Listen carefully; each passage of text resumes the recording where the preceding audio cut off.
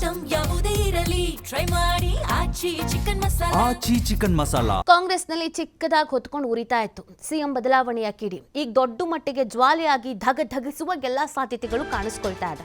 ಕಾಂಗ್ರೆಸ್ನಲ್ಲಿ ನಿಲ್ಲದ CM power sharing war ಇದು ಮುಂದುವರಿಯುವ ಸಾಧ್ಯತೆ ಇದೆ. ರಾಜ್ಯದಲ್ಲಿ ಮತ್ತೆ ಶುರುವಾಗುತ್ತಾ ರೆಸಾರ್ಟ್ ರಾಜಕೀಯ ಮತ್ತೆ ಶುರು ಆಗುತ್ತಾ ಅನ್ನೋ ಪ್ರಶ್ನೆ ಹುಟ್ಕೊಳ್ತಾ ಇದೆ. ಸೊ ಯಾವ ರೆಸಾರ್ಟಿಗೆಲ್ಲ ಶಿಫ್ಟ್ ಆಗ್ತಾರೆ ನೋಡ್ಬೇಕೀಗ. ಈಗಾಗಲೇ ಚರ್ಚೆಗೆ ಗ್ರಾಸವಾಗ್ತಾ ಇದೆ ಶಾಸಕರ ವಿದೇಶಿ ಪ್ರವಾಸ. ಈ ಟೈಮಲ್ಲಿ ಯಾಕ್ರಿ ಬೇಕಾಗಿತ್ತು ವಿದೇಶಿ ಪ್ರವಾಸ ಅಂತ ಒಂದಷ್ಟು ಮಂದಿ ಪ್ರಶ್ನಿಸ್ತಾ ಇದ್ದಾರೆ. ಎಲ್ಲ ಬ್ಯಾಗ್ ಪ್ಯಾಕ್ ಮಾಡ್ಕೊಂಡು ಹೋಗ್ತಾ ಇದ್ದಾರೆ ಅಂದ್ರೆ ಏನೋ ಕೆಡ್ಡ ತೋಡ್ತಾ ಇದ್ದಾರೆ ಯಾರಿಗೋ ಅಂತಾನೆ ಅಂತ ಜನನೂ ಮಾತಾಡ್ಕೊಳ್ತಾ ಇದ್ದಾರೆ. ವಿದೇಶಿ ಪ್ರವಾಸ ಅಂತ ಎಲ್ಲ ಒಗ್ಗೂಡ್ಕೊಂಡು ಅದು ನೋಡಿ ನೀವು ಒಂದೇ ಬಣದವರು ಸಿದ್ದರಾಮಯ್ಯನವ್ರು ಬಣದವ್ರು ಮಾತ್ರ ವಿದೇಶಿ ಪ್ರವಾಸ ಅಂತ ಹೋಗ್ತಾರೆ ಅಂತಂದ್ರೆ ಯಾಕೆ ಸ್ವಾಮಿ? ಮತ್ತೊಂದು ಬಾಂಬ್ ಸಿಡಿಸಿದ್ದಾರೆ ಬಿಜೆಪಿ ಶಾಸಕರುಗಳು. ಕುತ್ಕೊಂಡು ನೋಡ್ತಾ ಇದಾರಲ್ವಾ ಬಿಜೆಪಿ ಅವರು ಏನಾಗುತ್ತೆ ನೋಡಂತಡಿರಿ ಅಂತ. ಸೊ ಇವ್ರುಗಳು ಬಾಂಬ್ ಸಿಡಿಸ್ತಾ ಇದ್ದಾರೆ. ಅಭಯ್ ಪಾಟೀಲ್ ರಾಜ್ಯದ ಸಮಸ್ಯೆ ನಿವಾರಣೆ ಮಾಡೋದು ಬಿಟ್ಟು ಪ್ರವಾಸಕ್ಕೆ ಹೋಗ್ತಾ ಇದ್ದಾರೆ ಅಂತ ಹೇಳ್ತಾ ಇದ್ದಾರೆ.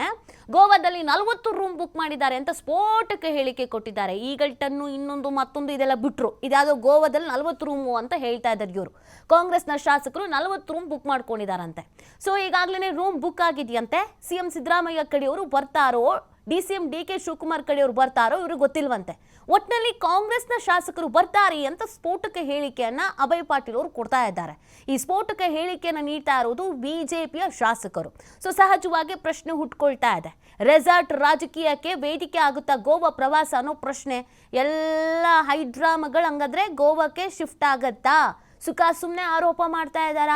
ಗಾಳಿಲಿ ಗುಂಡು ಹಾರಿಸ್ತಾ ಇದ್ದಾರಾ? ನಮ್ದು ಒಂದು ಇರಲಿ ಅಂತ ಡೈಲಾಗ್ ಬಿಡ್ತಾ ಇದ್ದಾರಾ? ಗೊತ್ತಿಲ್ಲ. ಆದರೆ ಸದ್ಯದ ಪರಿಸ್ಥಿತಿ, ಸದ್ಯದ ಬೆಳವಣಿಗೆಯನ್ನು ನೋಡ್ತಾ ಇದ್ರೆ ರಾಜ್ಯದ ಜನತೆಗೂ ಕೂಡ ಅನುಮಾನ ಹುಟ್ಕೊಳ್ತಾ ಇದೆ. ಸಿದ್ದರಾಮಯ್ಯನವರ ಆಪ್ತರು, ಸಿದ್ದರಾಮಯ್ಯನವರು ಬಣದಲ್ಲಿ ಗುರುತಿಸಿಕೊಂಡವರು ಬೇಡ ಅಂತಂದ್ರು ವಿದೇಶಿ ಪ್ರವಾಸ ಕೈಗೊಳ್ತಾ ಇದ್ದಾರೆ. ಅದು ಇಲಾಖಾವಾರು ಅಂತ ಕೆಲವರು ಹೇಳ್ತಾ ಇರೋದು. ಇಲಾಖಾವಾರು ಒಂದು ಪ್ರವಾಸ ಇಟ್ಟಿದ್ದಾರೆ, ಅದಕ್ಕೆ ಹೋಗ್ತಾ ಇದ್ದಾರೆ ಅಂತ. ಸಿದ್ದರಾಮಯ್ಯನವರು ಅದಕ್ಕೆ ಉತ್ತರ ಕೊಟ್ಟರು, ಅವ್ರ ದುಡ್ಡಲ್ಲಿ ಅವ್ರು ಹೋಗ್ತಿದ್ದಾರೆ, ನಾನೇನು ಬೇಡ ಅನ್ನಕ್ಕಾಗತ್ತಾ? ಮತ್ತು ಅವ್ರು ಹೋಗ್ತಾರೆ ನಂಗೆ ಗೊತ್ತಿಲ್ಲ ಅಂತ ಹೇಳಿದ್ರು. ಈ ಕಡೆ ಡಿ ಕೆ ಶಿವಕುಮಾರ್ ಅವರು ದೆಹಲಿಯಲ್ಲಿ ಬಿಟ್ಬಿಟ್ಟಿದ್ರು. ನಾನೇನು ದೆಹಲಿಯಲ್ಲಿ ಗಾಳಿ ಕುಡಿಯೋಕ್ಕೆ ಬಂದಿಲ್ಲ, ರಾಜಕಾರಣ ಮಾಡೋಕ್ಕೆ ಬಂದಿದ್ದೀನಿ ಅಂತ ಅವ್ರು ನೇರವಾಗಿ ಹೇಳ್ತಾ ಇದ್ದಾರೆ. ಇದೆಲ್ಲದ್ರ ಮಧ್ಯದಲ್ಲಿ ಇಬ್ಬರ ಜಗಳದಲ್ಲಿ ಮೂರನೇವ್ರಿಗೆ ಲಾಭ ಅನ್ನಂಗೆ ಬಿ ಜೆ ಪಿಯವರು ಮಜಾ ತಗೊಳ್ತಿದ್ದಾರೆ. ಏನು ಮಾಡ್ತಿದ್ದಾರೆ ಇವರು ಕಾಂಗ್ರೆಸ್ನವರು? ಅಲ್ಲಿ ಚಿಕ್ಕದಾಗಿ ಕಿಡಿ ಹೊತ್ಕೊಂಡಿತ್ತು. ತುಪ್ಪ ಸುರಿಯೋ ಕೆಲಸ ಎಷ್ಟರ ಮಟ್ಟಿಗೆ ಆಗುತ್ತೆ ಅಷ್ಟರ ಮಟ್ಟಿಗೆ ತುಪ್ಪ ಸುರಿಯೋ ಕೆಲಸ ಬಿಜೆಪಿಗರು ಮಾಡ್ತಾ ಇದ್ದಾರೆ. ಒಂದು ವೇಳೆ ಈ ರೆಸಾರ್ಟ್ ರಾಜಕಾರಣ ಶುರುವಾಗುತ್ತಾ ಹಾಗಾದ್ರೆ ಅನ್ನೋ ಪ್ರಶ್ನೆ ಹುಟ್ಕೊಳ್ತಾ ಇದೆ. ಈಗ ಕಾಂಗ್ರೆಸ್ದಲ್ಲಿ ಪ್ರವಾಸದ ಕಾರ್ಯಕ್ರಮ ಎರಡನೇದು ಕುರ್ಚಿ ಬಡಿದಾಡದಿಂದ ಇವತ್ತು ಪ್ರವಾಸಕ್ಕೆ ಹೋಗ್ತಾ ಇದ್ದಾರೆ.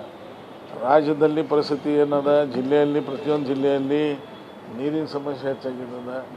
ಎರಡನೇದು ಸರ್ಕಾರಿ ನೌಕರರ ಪಗಾರ ಆಗ್ತಾ ಇಲ್ಲ, ರಸ್ತೆ ಅದಾವೋ ಗುಂಡಿಗಳು ಅದಾವ ಅನ್ನೋ ಪರಿಸ್ಥಿತಿ ನಿರ್ಮಾಣ ಆಗಿದ್ದದ. ವಿಶೇಷವಾಗಿ ನಮ್ಮ ಉತ್ತರ ಕರ್ನಾಟಕದಲ್ಲಿ ಅಂತೂ ಹಾಹಾಕಾರ ನಿರ್ಮಾಣ ಆಗಿದ್ದದ. ಲಾ ಆ್ಯಂಡ್ ಆರ್ಡರ್ ಅಂತೂ ಇಲ್ಲ. ಹೀಗಾಗಿ ಇವರು ಮೌಜು ಮಸ್ತಿ ಮಾಡೋಕೆ ಬಂದಾರ. ಆದರೆ ಇವತ್ತು ಅವರ ಒಳ ಜಗಳವನ್ನು ಅವರು ಬಗೆಹರಿಸ್ಕೋದು ಬಿಟ್ಟು ರಾಜ್ಯದ ಸಮಸ್ಯೆಗಳನ್ನು ನಿವಾರಣೆ ಮಾಡೋದು ಬಿಟ್ಟು ನಿರ್ಮಾಣ ಮಾಡ್ತಾ ಇದ್ದಾರೆ. ಇದು ಕಾಂಗ್ರೆಸ್ ಚಾಳಿ.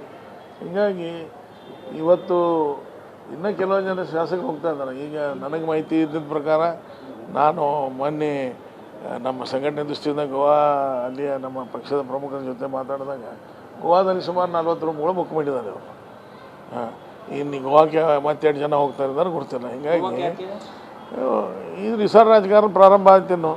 ಹೀಗಾಗಿ ಇನ್ನು ವಿಧಾನಸೌಧ ಆಡಳಿತ ವಿಧಾನಸೌಧದಿಂದ ನಡೀದಲ್ಲ, ಒಂದು ಗೋವಾದಿಂದ ನಡಿಬೋದು, ಒಂದು ವಿದೇಶದಿಂದ ನಡಿಬೋದು.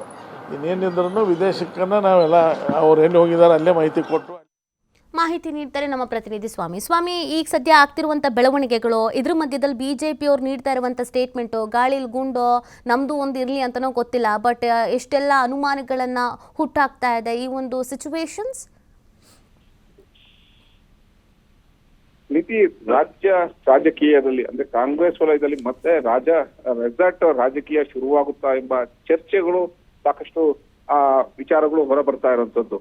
ಒಂದು ಕಡೆ ಈಗಾಗಲೇ ಕಾಂಗ್ರೆಸ್ ಶಾಸಕರಿಂದ ವಿದೇಶಿ ಪ್ರವಾಸಕ್ಕೆ ಸಂಬಂಧಪಟ್ಟಂತೆ ಸಾಕಷ್ಟು ಚರ್ಚೆಗಳಾಗ್ತಾ ಇದೆ.